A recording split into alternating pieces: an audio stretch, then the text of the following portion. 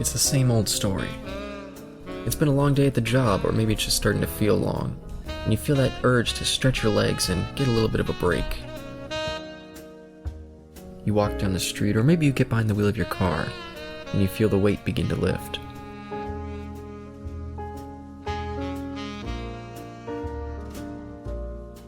You walk through the doors, and the sound of the place starts to clear the air. You get a table, you order your drink, you listen to the sounds of the bar, and soak in the conversation. Welcome to the TNE Speakeasy with your hosts, Caleb and Isaac.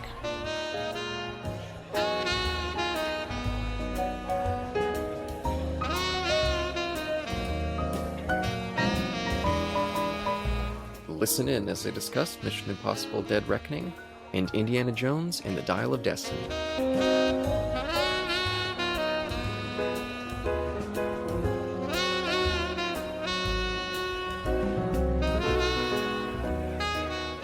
Hello, ladies and gentlemen, those between unaffiliated. Welcome back to the Speakeasy.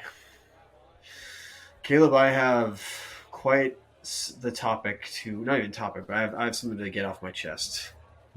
I've been wanting to tell you that, talk to you about this for quite some time now, and I have not gotten the chance to. So it's finally time that I come clean, and not even come clean, but I'm finally happy to be here. And my thoughts may not all be here, and that's unfortunate, but I'm do my best. Sure. So 2 weeks before I found a new job, I was like, okay, this is gonna be it. This is after this, I'm not gonna really have a lot of free time. I actually do still. But I didn't know at the time. So it's like, I really do need to see some movies. And I decided I was going to do the rare thing of on a Tuesday, because those are El Cheapo Tuesdays. And I decided to do 2 movies in one day, each at the theater. So for the first week, I saw both in order: Mission Impossible Dead Reckoning Part 1, and Indiana Jones and the Dial of Destiny. Second week did in IMAX. What's it called? Oppenheimer, and then the Barbie movie.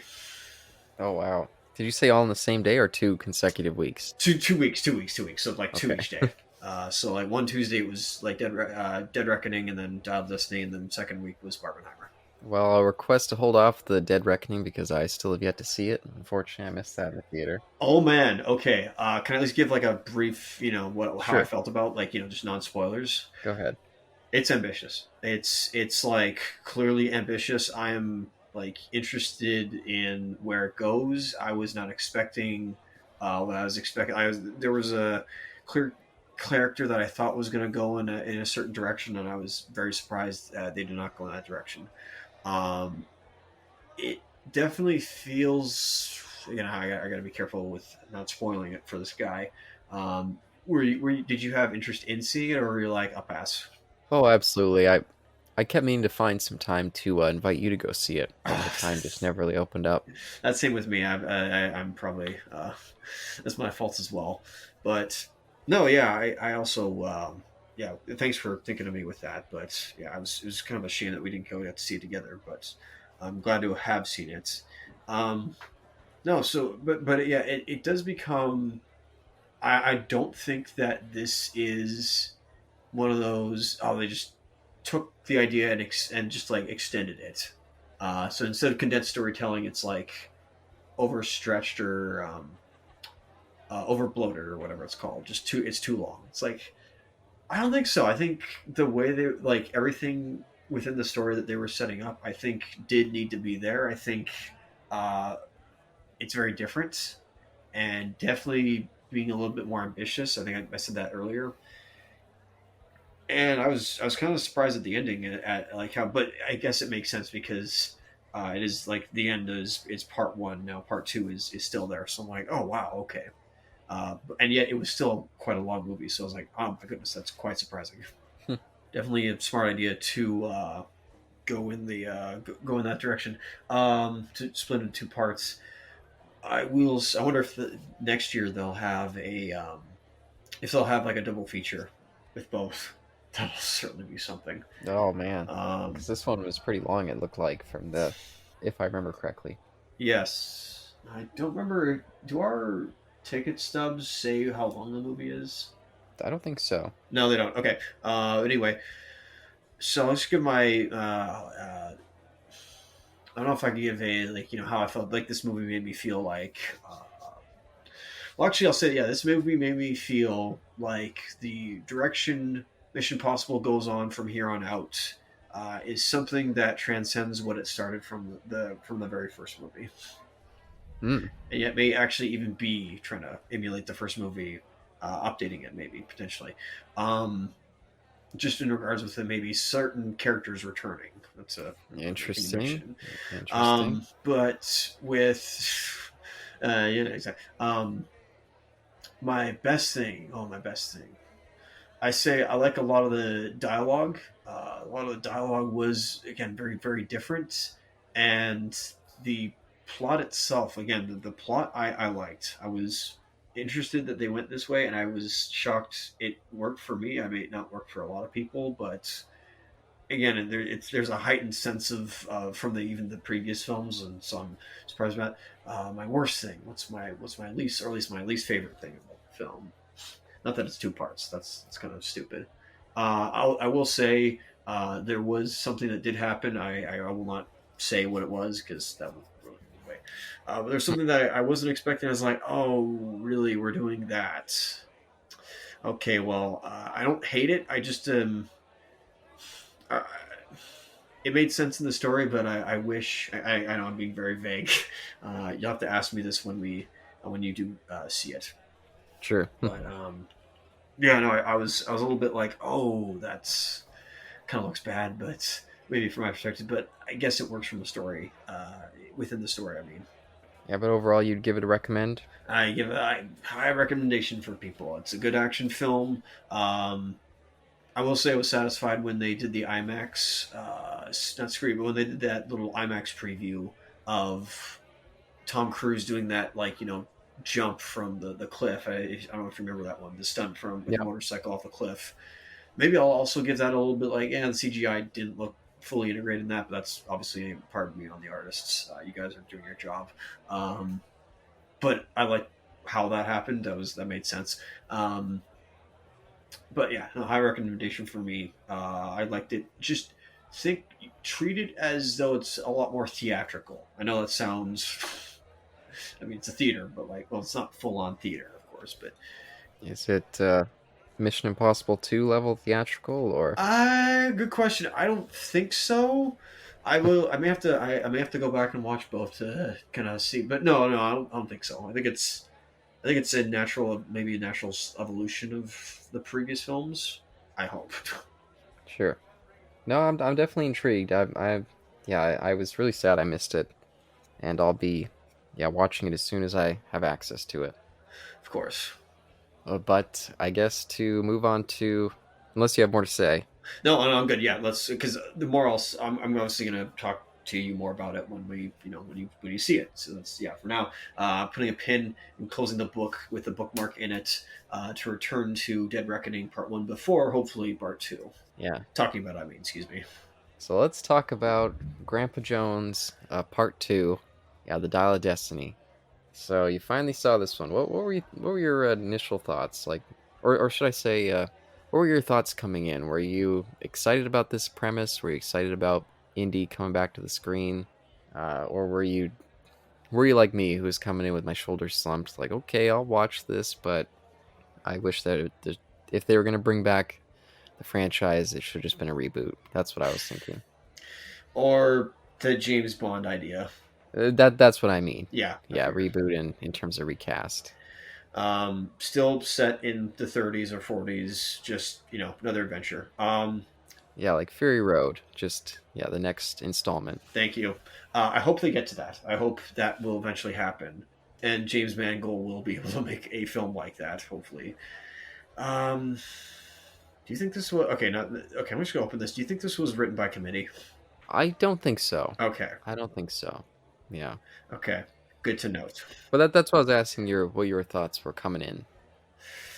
So it was an Indiana Jones film, and I felt, obligated and or as a fan, it was like I want to see this. Despite what I saw of the trailers and how the female compatriot betrays him, at least what the trailer's going for. It looks like she's betraying him. It's like, all right, I mean, fair enough. I do get the sense like he's a lot older, so I'm like it'll be interesting to see how where this goes.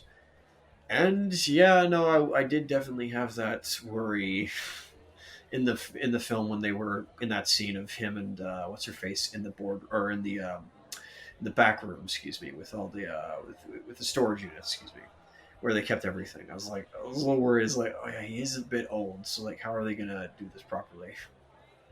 Not properly, Yeah, but how are they gonna be? Because he's not mixed. He's not a martial artist, of course, but he was a brawler. He often got some fisticuffs back in the day, and I'm like, yeah, I guess, yeah. I mean, how's that gonna work? I don't know what you would do by this point because he can't really do a lot of stunts. So he would be using his brain more than he would his physique, which is the smart thing to do.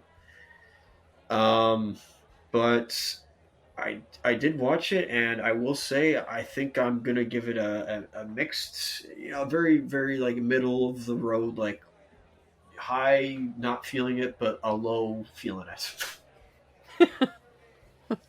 so wait a minute, let me get this straight. Did you say a high not feeling it but a low feeling it? Yep, a really low feeling it. So what you mean is like there are parts of it that I really really didn't like, and there are parts of it that just get over the hump to be like, okay, it was okay. Is that what you're saying by that? Yeah, let's go with that. Even though, yeah, I don't. I could just say like a very low feeling of like I don't hate this. Okay. Yeah, so it still gets over the hump mostly then. Yeah, it just definitely gets over the hump. I will. Here's my. This is not my worst thing. This is an observation that I just could not get out. Once I saw it, I was like, I cannot get it out of my head, and it kind of gave me a different perception of the movie. Hmm.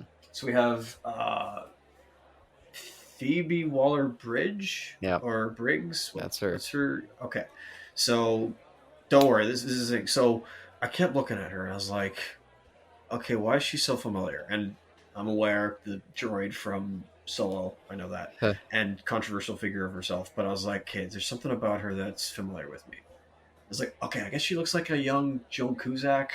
I can definitely see it. Okay, okay. Mm-hmm. And then it hit me. I was like, oh my goodness. Especially with like her witty nature and dialogue, I was like, oh my goodness, oh my stars. I can't see this. I can no longer see it this way. I can't.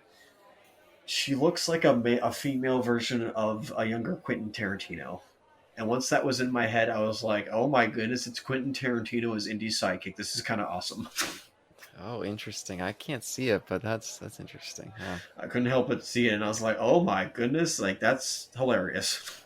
Huh. So all the what is it? All of her dialogues, all her her one upping the Nazis. That's all set up. All right, there's a lot of setup there. So anybody complaining that a lot of her like outsmarting creatively everybody else, it's like a lot of these things were set up.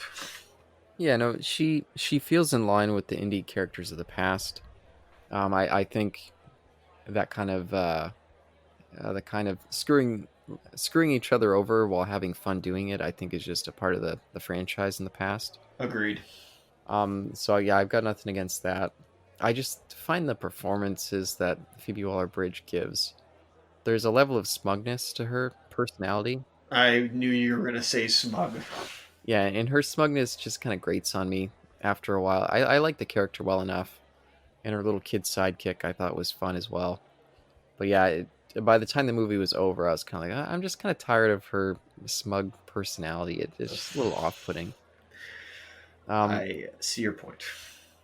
but I'll say for me, for where I'm at with feeling it, I'm also at a very low feeling it, and I wouldn't be in that position. I would have come out being like, not recommend, if it wasn't for the ending, which I don't want to jump right to that, but I'll say that ending saved the movie and made me like it a hell of a lot more than I would have had that not been there. That's so funny because I was talking with my coworker about that, and he did not like the ending. I'm like, what are you talking about? The ending worked perfectly. Yeah, that's a very Indiana Jones ending. Maybe okay, maybe not perfectly. Excuse me. Sorry. Hyperbolic there. My apologies. I Yeah. just meant I think the ending worked within the movie's logic and what it had set up. Yeah, and it wasn't formulaic. It felt very fresh, and again, very in line with the other indie endings where things just go a little bit kooky and crazy at the end. Like we're so used to it now, having seen these movies so many times. But seeing the ending of Raiders as a kid, when the faces start melting and heads exploding, that took me completely by surprise then, and Oh yeah. it yeah, it shocked me. And I felt a similar thing in the theater. And not shock of revulsion, but just shock of, whoa, they're really committing to this. They're going somewhere I did not expect. Which I'm trying not to say too much because I don't want to spoil. Oh, okay. I thought we were spoiling, but okay. Well, if we're gonna spoil, yeah, I'll just say spoilers right now Yeah, then. spoilers right now. Sure. The only reason I wasn't spoiling Dead Reckoning is because you hadn't seen it yet. This is like Yeah. no. This has been out for like 2 or 3, or was it June? Either way, it's been out for a bit of time now, so I think yeah, spoilers up front. Yeah, and we'll spoil all three of these next ones. So Yep. Even though I don't know what spoilers are for Barbie, but and same with Oppenheimer, but anyway, yeah, we meet Archimedes yeah, and in the past. Sorry, in the past. and I'll say one of the things that I didn't much care for, but besides old Indy, which I just could never get behind. They tried to make it work as best they could, but I kept being like, okay, sure you're commenting that oh he's an old Indiana Jones, but I'm just not interested in that. I'm the Indiana Jones person, the character. I'm there with him to go on adventures with him. I don't want I don't want to hang out in the old folks' home with them. That's and they can do adventures with him as an old man punching people and still trying to be the old Indy. But to me, that just feels it takes away the fun and it takes away the cool factor. There's something just really exciting about Indiana Jones on his adventures and wanting to be him. I don't want to be, a 78-year-old man still trying to punch folks, and I mean that there's no vicarious adventuring when I'm watching that kind of thing. Yeah, the man himself is supposed to be a very like basic stock adventure hero who is there to plunder chests and grave robbing and stuff like obviously like Yeah, it's not that's not the obviously not the case that they called out in the last film, but you know I don't know if you remember that. Everybody knows this by this point, but I assume you're aware of in the Young Indiana Jones Chronicles that he loses an eye at some point. no, I didn't know that. So this is an eye, and he lives until like the 90s. Like what? Like in the episode itself, it was released back in like the day. Mm-hmm. It was about the time he was supposed to be that age. So like the time that episode was released is the time he was supposed to be like in that age. So it's interesting. I do remember, I do remember in the show, they would every now and again. I can't remember if it was full episodes or if it was just like the beginning and ends. We'd get like a really old indie, like telling the story. Oh, back in 1929, and then we'd see the story. I think I remember something like that. But no, that's interesting. Yeah, no, that's definitely that's fair. But I never wanted to actually go on his adventure of him, going to play. I don't know, what do they play at the old folks' home? Maybe I'm just getting mean. Bridge, yeah. Bridge, you definitely like basically you don't want to see Matlock. Yeah, I don't want to see Indy going to play bridge and then, next thing you know, he winds up on some adventure and breaks his hip partway through. I know I'm being really ageist, but I'm just trying to illustrate that that kind of story has no appeal for me. I mean, if you want a story like that, go watch Night at the Museum. Yeah, well, yeah, which I don't remember being thinking very fondly of, but it's been a long time. I could be wrong. I'm just thinking with like Dick Van Dyke and the other Mickey Rooney and the other I forget the other guy's name, how those guys were a little bit older, and creating a museum or not creating but being security guards in a museum. And by the way, I do love stories about old people in general. I think that stuff can be really can put me in a place. Something like Wild Strawberries, which we covered recently. A story about an old man kind of looking back on his life. I think that's great. I love that kind of thing. I just don't like seeing an old man do things that no old man could physically do. That is just not believable at all to me.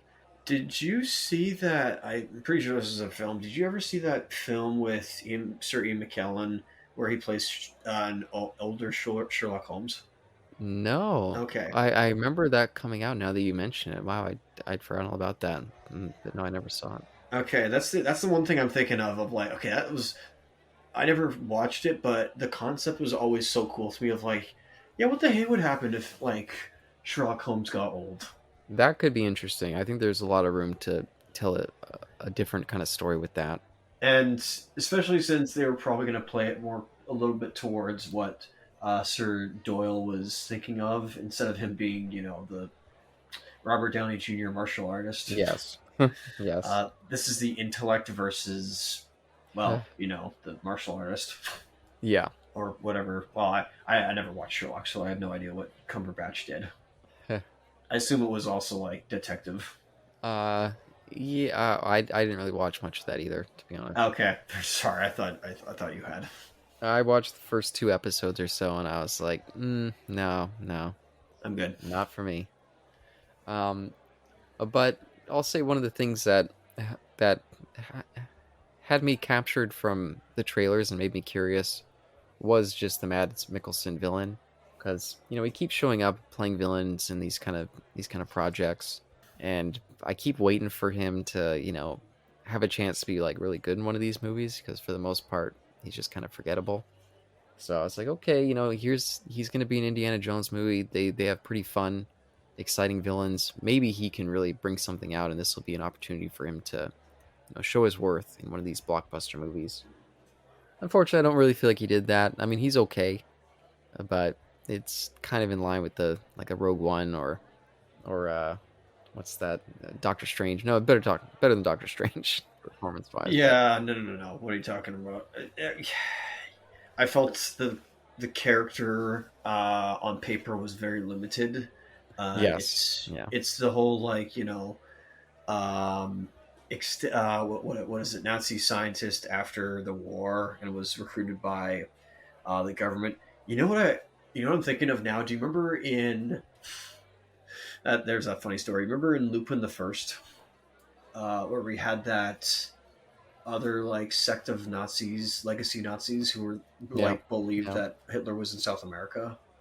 Like maybe you won't agree with me on this, but I really found that guy's, even though he was a slime ball, I really found that like character's performance a little bit more memorable than maybe Oh yes, Mads. And I don't mean that because it's animated or anything like that. I just feel like Mads is limited in what his performance is and what he can do with his character. yeah, And again, I don't know if it was written by committee or if Mangold, because see, I don't want to obviously point the finger at anybody, but it's just like Matt, James Mangold is a good director. Maybe not like a great director or anything like that, but I very much enjoyed Logan. Not saying it's a perfect film or anything like that, but it definitely had a lot of like good parts to it. So I was like pretty excited when I did hear that he was going to be, well, not excited, but I was definitely interested to find out that he was the director of this. And Spielberg was not. I understand why. He's probably been doing a lot of other films, and so he couldn't, maybe put a lot of effort into and do put his all into this, because I know Spielberg would have loved to do that, but maybe doesn't have the energy to do that anymore. So happy to see them in the exclusive producer role, but even still, um, I was like, did there was who wrote this and who gave Mads Mikkelsen limited time to perform his acting? yeah, yeah. I don't know. I feel like when it comes to Disney in general, it feels like they put so little across the board, not just the Lucasfilm stuff, but the MCU, their little remake movies. All their villains are just so. It's like they don't really want to have real villains. They want to have villains that are just there as an obstacle for our main characters to overcome. But they don't really want to invest and make them super super deep. like That just seems to be across the board. It's strange. like they're wasting time almost. They're wasting space just to like fulfill the runtime, and then that's it. It's like, and movie over. We're giving you a bare bones villain, and that's it. Yeah, and I highlight Disney instead of just Lucasfilm because it seems so consistent across so many Disney projects. Even the most recent Indiana Jones, I felt, or fuck, even the most recent Pirates of the Caribbean, I felt suffered from that, and that fourth one too. The whatever the one that one was called. On Stranger Tides. Yeah. Oh man, that one sucked. What, you don't Oh, want to go to the Fountain of Youth? such a great premise, and then just so not there. Um, Whoops. but yeah, no, it was in that regard, it was definitely disappointment. But I'll still say, I think this was much better than Crystal Skull. So that's at least something. I think a lot of people agree with that. Yeah, I'd hope. Um, so, um, Mutt, about that. Oh yeah, they just say he died, right? And died in Vietnam. Died in I was like, oh goddamn, goddamn. Yeah. Okay then. Huh. We're going with that, eh? Yeah, that feels like a fuck you. I was like, we didn't need that necessarily. Okay. Yeah, and I also felt that. Oh, what was his name? Not Toby Jones, but whoever the guy who was in MCU. What's his name? Who was the Parent Strucker? Not Helmut Zemo, but Arlem Zola. There we go. Yeah, Arlem Zola. Whatever his name is. Yeah, no, Toby Jones. Toby Jones. Yeah, Toby Jones. I felt like he was a stand-in for Marcus. Oh yes, 100% stand in. Yeah. And it was okay. He fit into that slot well enough. I was like, okay, this feels like a modern equivalent to one of those kind of character actors that they would bring in. So I was like, I like that. Yeah, I kind of wish they just. I mean, maybe fans would have been in an uproar had they just been like, "Yeah, it's just Marcus," like, or "This is Marcus," and deal with it. And they're like, "Well, you do that, but you de-age Harrison Ford in the beginning." Yeah, and yeah, well, this was such a kiss to the old. I don't think that they're wanting to recast anyone yet. I figured. I'm so happy they had Sala in this. Oh, yeah, I was happy and sad at the same time because Yeah, I'm the same I way. mean, to be honest, when I was watching his scenes, I was like, "Am I gonna walk out of the theater and a week from now find out that he's passed away?" Because I mean, he's not looking that great. John Rhys Davis is still alive, as far as I'm aware. Yeah, but seeing him there was one of those moments where I was like, "Oh man, this might be one of the last times we see him on the screen," and I don't know how much long he's got left. Okay, yeah, so I do sound hyperbolic when I say this, and I just don't sounded like two minds of it, but it's like, yeah, I like Solo a lot, and Mhm. I was happy to see him like on screen, but at the same time they didn't do anything with him, and I was very sad about that. Yeah, and they felt like, I mean, again, I don't want to see where these people end up. I want to see them when they're at their peak having these adventures. To see them both kind of in a washed up state, it just made me kind of sad. I was like, oh, like I mean that there's nothing sad about it. People's lives, they slow down as they get older, and that's just normal. But for such a thrilling adventure series to see it in this state, it was just kind of like, oh man, they took a lot of the fun out of the Indiana Jones, and they just made it a little bit depressing. Now I'm thinking about yeah how I'm thinking about how their bodies must be destroyed by all their adventures, and yeah, no. I mean, if they wanted to, I think fans would have hated this, but it would have been interesting had they gone that direction of almost a more cerebral art house style film, where we see these adventurers and they're all just old, and we see how lively the world and how like the world has changed, especially in the Yeah. '60s. So that would have been a really cool idea for almost like a reflection and introspection movie. But I don't know if that would have worked or not. Yeah, I don't know if it would have fit the franchise well, but it would have been a more interesting premise for a movie than what they did. And they even like they had that kind of who was she, the CIA or FBI, the black Oh my goodness. person who was working with them. Yep. I felt like she had a lot of spark to her, and I thought they just kind of wasted the potential with her character. Yeah, I was actually quite disappointed with her, with how her character turned out. Excuse me. Yeah, I feel like I would have appreciated it if she would have stuck around more and been more the wound up in the indie sidekick role than Phoebe Waller-Bridge, but because I feel like their dynamics might have worked better. So But I'm sure if that was the case, people would have been screaming from the rooftops of wokeness, and they were already screaming about it stupidly. I figured. to some degree. Well, I was just so confused with the fact that she was working with the Nazis. I was like, what the hey is going on here? Like, how does this make any sense? Well, she didn't. Well, I mean, well, the government itself was working with the Nazis, and she was, working with the government. So it's kind of the awkward position you're put in. Okay, no, fair point. Well, ex-Nazis, they were, Ex we Nazis. always hated the Fuhrer. We were just forced into it, and then And then, yeah, by the end, Mads is like, I will become the new Fuhrer. It's like, yeah, okay. yeah, and I think that would have left a lot of room for a complex relationship with that character to the government itself, especially being a black woman in that era. It could have left a lot of room for interesting ideas. Instead, we have to just axe her early on. Yeah, that's what disappointed me a lot about her. I mean, it kind of made me a little bit irritated with her character of like, I thought she was gonna be more involved in this movie, and then she just gets shot, and that's it. I'm like, what? Yeah, Like, talk yeah, about a waste of a character. It's that's kind of what peeves me off is the potential is gone for whatever her story was, and I don't even know what her story is, although it's probably, you know, written on the Indiana Jones wiki. So it's like, yeah. wow, why do I know? But like, yeah, so that's why I was peeved off with that character because it didn't feel like it went anywhere. Maybe there's some subtleties with her performance and subtleties Yeah. as to like what they were doing and what they were trying to say thematically, but I didn't pick up on anything in that sense at that moment. Yeah, and throughout the movie, I think there's a lot of wasted potential. The Antonio Banderas character is another one that I was like, oh, I feel like this guy, you know, isn't a bad fit for a friend to Indy, and I'd like to see more of him too. Oh, he's gone almost immediately as well. And again, we're stuck with Phoebe Waller-Bridge and that kid, who are okay enough, but I feel like they surround them with characters that I'd like to see more of, and I'd rather get to see more of them than see more of her and that kid. Yeah, knock off short round. You're always gonna have a character like that. It's fine. I will say actually one of my I have something that I wasn't feeling with.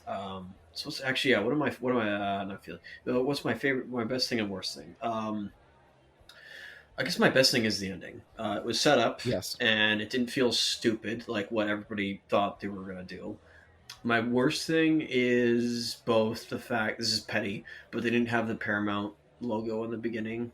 That's just Oh, 100%. that's pure fanboyism. So obviously that means nothing. But if I did have a actual like worst thing, it's I think some of the this is funny.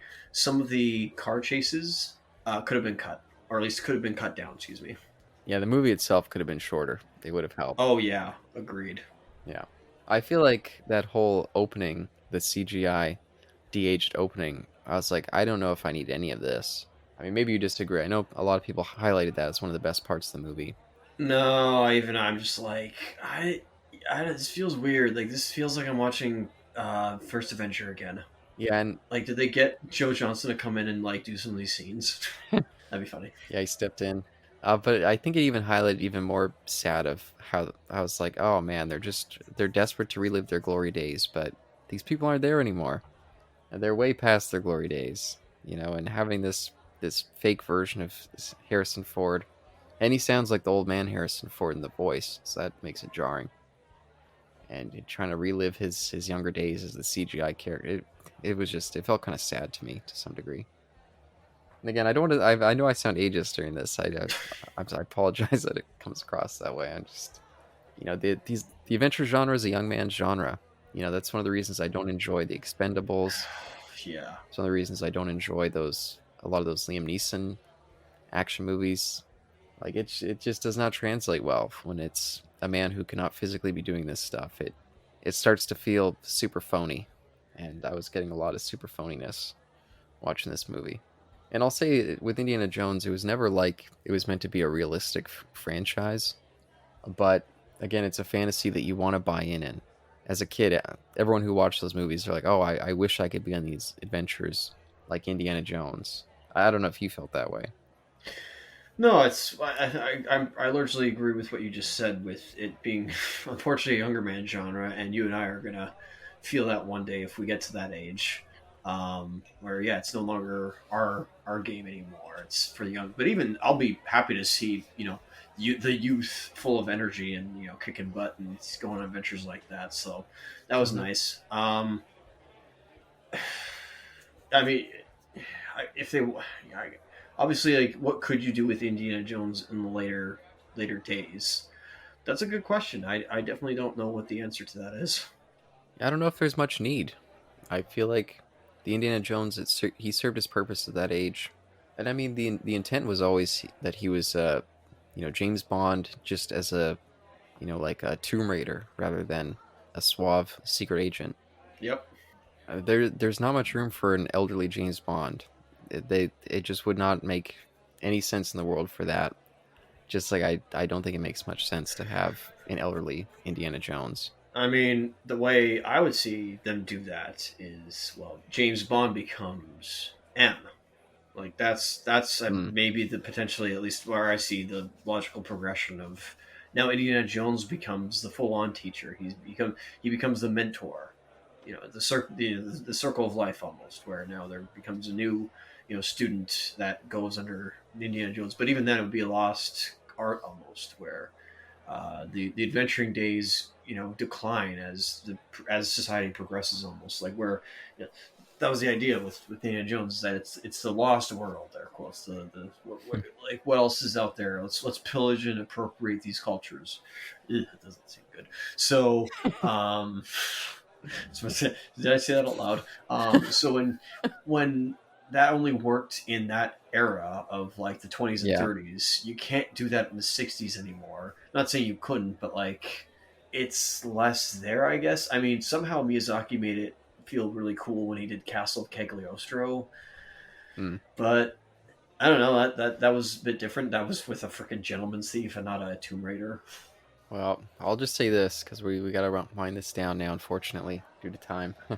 But I think that there's still room to revive the Indiana Jones franchise, but it has to be a clean break reboot. I would even say that there's no need to reference any of the prior films. You don't need to bring back Marion. We've seen enough of that character. Just go back to individual installments with a younger recast Indiana Jones. And I would say for a first entry, see if you can do what you can to drag in Gore Verbinski.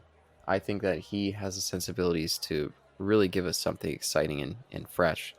And I think there's plenty of room to still make really fun period adventure movies with Indiana Jones, just not an old man Indiana Jones, and keep it in its heyday in the 30s and or the 20s. Maybe you could go back a little bit further. A slightly younger Indy, I wouldn't necessarily hate, but yeah, just please no more Harrison Ford. Please no more. This was passable enough. This is the closest you're gonna get to good with an old Indiana Jones, I think, and I don't think there's any more room for any more of those movies. I guess my third disappointment was, darn it, we're short round in all this, especially since he won the best supporting male actor. Excuse me, I said best actor, but that was Brendan Fraser. So my apologies. Hmm. I believe it was best supporting actor, correct? Think so. There you go. So it's like, yeah, where was he in all this? I was really waiting for him to show up, but sorry, that's neither here nor there. Yeah, I agree with you. No, screw it. Let's have Christopher Nolan do his take on Indiana Jones. Oh no, he would ruin it. I don't think he'd be a good fit. How can you say that? That's what are you talking about, sir? Where are you going with all this? Yeah, or I guess, if you're gonna make another Indiana Jones, maybe see if I think his name is Steven Summers, I think.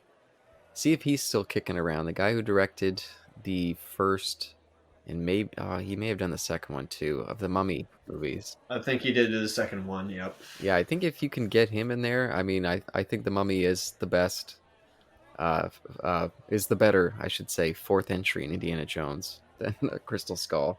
I think it carries so much of the same spirit, and yeah, if you can capture that spirit again, I think we can get another great Indiana Jones. Just yeah, it's time to move on from the old cast.